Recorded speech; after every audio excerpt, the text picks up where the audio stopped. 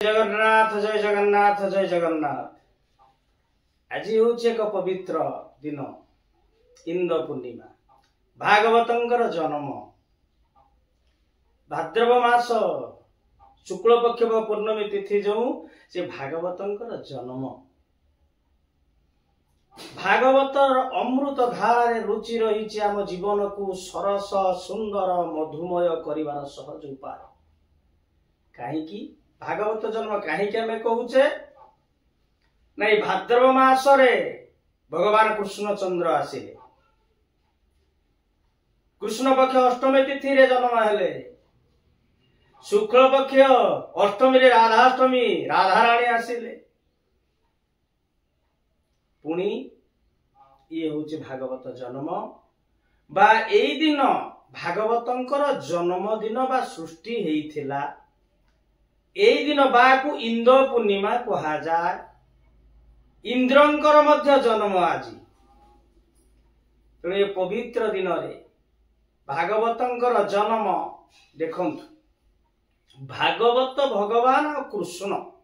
ये अंगांगी भावे जड़ित एक भिन्न नुह ना जेते बेले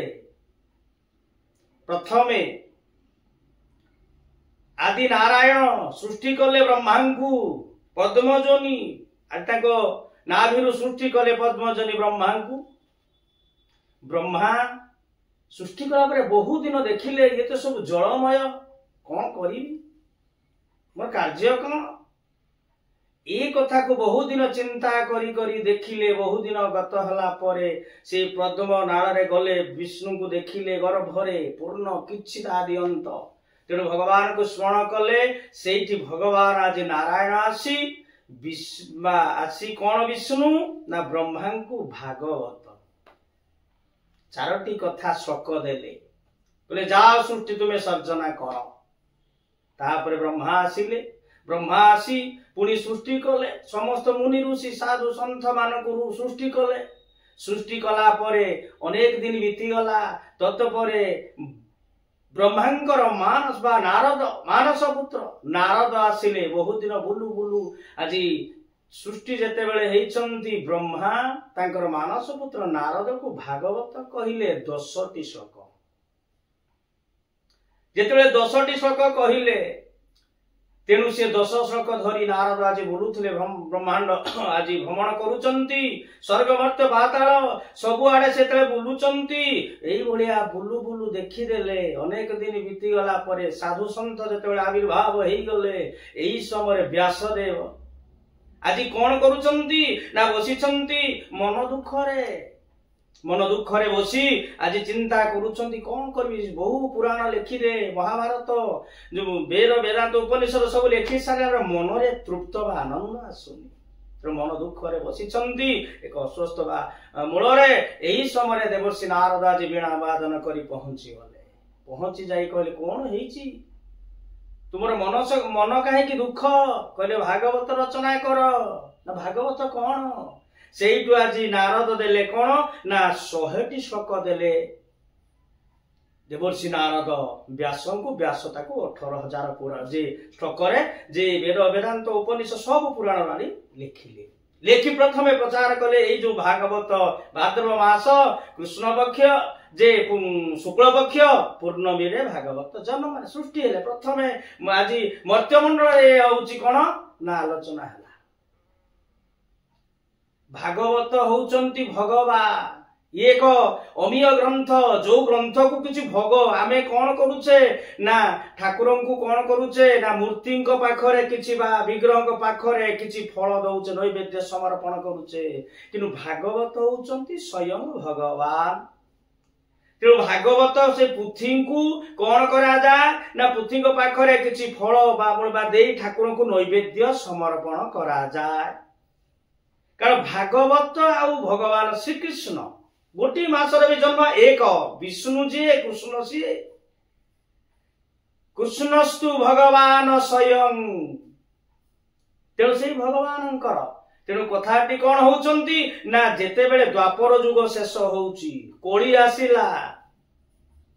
ଯେତେବେଳେ କଳି ଯୁଗ ଆସୁଛନ୍ତି ଏହି ସମୟରେ ଆଜି ଭଗବାନ ଯେତେବେଳେ ଇହ ଧାମ ତ୍ୟାଗ କରି ଯିବେ ବୈକୁଣ୍ଠପୁର, ଆଜି ବିଦୁର କହୁଛନ୍ତି, ଉଦ୍ଧବ କହୁଛନ୍ତି, ପ୍ରଭୁ ତୁମେ ଯାଅ ନା, ସୃଷ୍ଟି ଧ୍ୱଂସ ହେଇଯିବ, କଳିର କରାଳ ସତରେ ଭାସିଯିବ, ତୁମେ ଯାଅ ନା। ତେଣୁ ଆଜି ଉଦ୍ଧବ କହୁଛନ୍ତି, ପ୍ରଭୁ ଭଗବାନ କୃଷ୍ଣ ଚନ୍ଦ୍ର ଉଦ୍ଧବକୁ କରିବା ବାରେ ଯେତେବେଳେ ଅନୁରୋଧ କଲୁ, ଠିକ ଅଛି, ମୁଁ ନଗଲେ କେମିତି ଦେବ କାର୍ଯ୍ୟ ହବ କିପରି, ତୁମେ ଆଜି ପ୍ରଚାର ପ୍ରସାର କରିବ, ଏ କଥା ଚିନ୍ତା କରି କହିଲେ ଠିକ ଅଛି, ମୁଁ ସେ ଭାଗବତରେ ବିଲୀନ ହଉଛି। ଦେଖନ୍ତୁ ଶ୍ରୀମଦ ଭାଗବତ ଭଗବାନ ହେଉଛନ୍ତି, ଭାଗବତର ହେଉଛନ୍ତି ମୃଣ୍ମୟ ମୂର୍ତ୍ତି, ମାଟିର ପଥର ମୂର୍ତ୍ତି ସହିତ ସମାନ। କିପରି ନା ଭଗବାନଙ୍କର ପାଦ ଦୁଇଟା ହେଉଛି ଶ୍ରୀମଦ ଭାଗବତର ପ୍ରଥମ ସ୍କନ୍ଧ, ଭାଗବତର ଦ୍ୱିତୀୟ ସ୍କନ୍ଧ ହେଉଛି ଭଗବାନ କୃଷ୍ଣଙ୍କର ଜଙ୍ଘ, ତୃତୀୟ ସ୍କନ୍ଧ ହେଉଛି କୋଟି, ଚତୁର୍ଥ ସ୍କନ୍ଧ ହେଉଛନ୍ତି ନାଭି, ପଞ୍ଚମ ସ୍କନ୍ଧ, ପଞ୍ଚମ ଆଉ ଷଷ୍ଠ, ପଞ୍ଚମ ସ୍କନ୍ଧ ହେଉଛନ୍ତି ହୃଦୟ ଏବଂ ଷଷ୍ଠ ସପ୍ତମ ସ୍କନ୍ଧ ହେଉଛନ୍ତି ଦୁଇ ବାହୁ ବା ଦୁଇ ହାତ, କନ୍ଧ ବା ଦୁଇ ହାତ, ଷଷ୍ଠ ସପ୍ତମ, ଅଷ୍ଟମ ସ୍କନ୍ଧ ହେଲେ ଉରୁ, ନବମ ସ୍କନ୍ଧ ହେଲେ କଣ୍ଠ, ଦଶମ ସ୍କନ୍ଧ ହେଲେ ଭଗବାନଙ୍କର ମୁଖ, ଏକାଦଶ ସ୍କନ୍ଧ ହେଉଛନ୍ତି ଶ୍ରୀମଦ ଭାଗବତଙ୍କର ଏଇ ମସ୍ତକ ବା ଲାଟ ମସ୍ତକ ହେଉଛନ୍ତି, ଦ୍ୱାଦଶ ସ୍କନ୍ଧ ହେଉଛନ୍ତି ଯୋଉ ଶିଖା, ମା ମାନେ ଯୋଉ ବା ଆମେ ଚୂଳ ଚୁରୁକି ବା ରଖୁଛେ, ଯୋଉ ଶିଖା ବନ୍ଧନ କରୁଛେ, ଏଇ ଶିଖା ହଉଛି ଭାଗବତର ଦ୍ୱାଦଶ ସ୍କନ୍ଧ। କହିଲେ ହେ ଉଦ୍ଧବ, ମୁଁ ଏ ଭାଗବତରେ ବିଲୀନ ହଉଛି, ଏ ଭାଗବତକୁ ଯିଏ ପଢିବ ବା ଶୁଣିବ ତାର ଭକ୍ତି ବା ଭାବର ଶାସ୍ତ୍ର ଭାଗବତ, ଜ୍ଞାନର ଭାଗବତ କହିଲେ ଚାରୋଟି ଅକ୍ଷର, ଭାବ, ଗୋରେ ଜ୍ଞାନ, ବୋରେ ବ୍ରହ୍ମ ଆଉ ତୋରେ ତତ୍ଵ, ଏ ସବୁ ଗୁଡାଇ ଭାଗବତରେ ପୂର୍ଣ୍ଣ ହେଇଛି। ତେଣୁ ଏ ଭାଗବତଙ୍କର ଜନ୍ମ ଯେ ଏଇ ଦୃଷ୍ଟିରୁ ହେଇଛନ୍ତି ଯେ, ତେଣୁ ଆପଣ ମାନେ ବି ଜାଣିଛନ୍ତି ଓଡ଼ିଆରେ ଜଗନ୍ନାଥ ଦାସ ସଂସ୍କୃତ ଭାଗବତକୁ ଅତି ସୁନ୍ଦର ଭାବରେ ଆମ ଓଡ଼ିଆ ଚଳଣି ଯେ ସମସ୍ତଙ୍କର ମଙ୍ଗଳ ପାଇଁ ବୁଝି ଆଜି ଜୀବନକୁ କୃତକୃତ୍ୟ କରିବେ, ଆଜି ସାର୍ଥକ କରିବେ, ମୃତ୍ୟୁଜୟୀ ବା ମରଣଜୟୀ ଶାସ୍ତ୍ର ହେଉଛନ୍ତି ଭାଗବତ, ଅମୃତ ଠାରୁ ଶ୍ରେଷ୍ଠ ହେଉଛନ୍ତି ଭାଗବତ। ସେଇ ଭାଗବତଙ୍କର ଜନ୍ମ ଏଇ ଭାଦ୍ରବ ମାସ शुक्ल पक्ष पूर्णमी तिथि एवं देवराज इंद्रंकर मध्य जन्म तांकर ऐरावत को मध्य पूजा हुए। आज जगतर नाथ जगन्नाथ जगन्नाथ क्षेत्र रे इंद्र को पूजा सहित भागवत को स्वयं आज कौन ना भागवत ग्रंथ आज आसंती सी एक सभा नहीं जाती कीर्तन नाम तापर भागवत जन्म हुए इंद्र पूर्णिमा। तेणु ये भागवतर अमृत